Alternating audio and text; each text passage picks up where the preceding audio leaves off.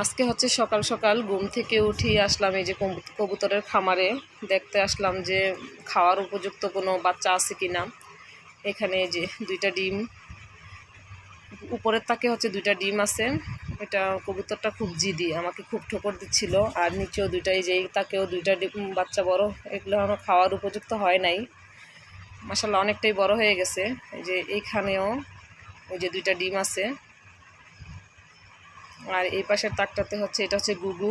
এই যে একটা গুগুর ডিম নষ্ট হয়ে গেছে, আর এই যে একটা বাচ্চা ফুটছে। প্রত্যেকবারই একটা করে গুগুর ডিম নষ্ট হয়ে যায়, বুঝি না কেন এরকম হয়, বা বাচ্চা একটা মারা যায়।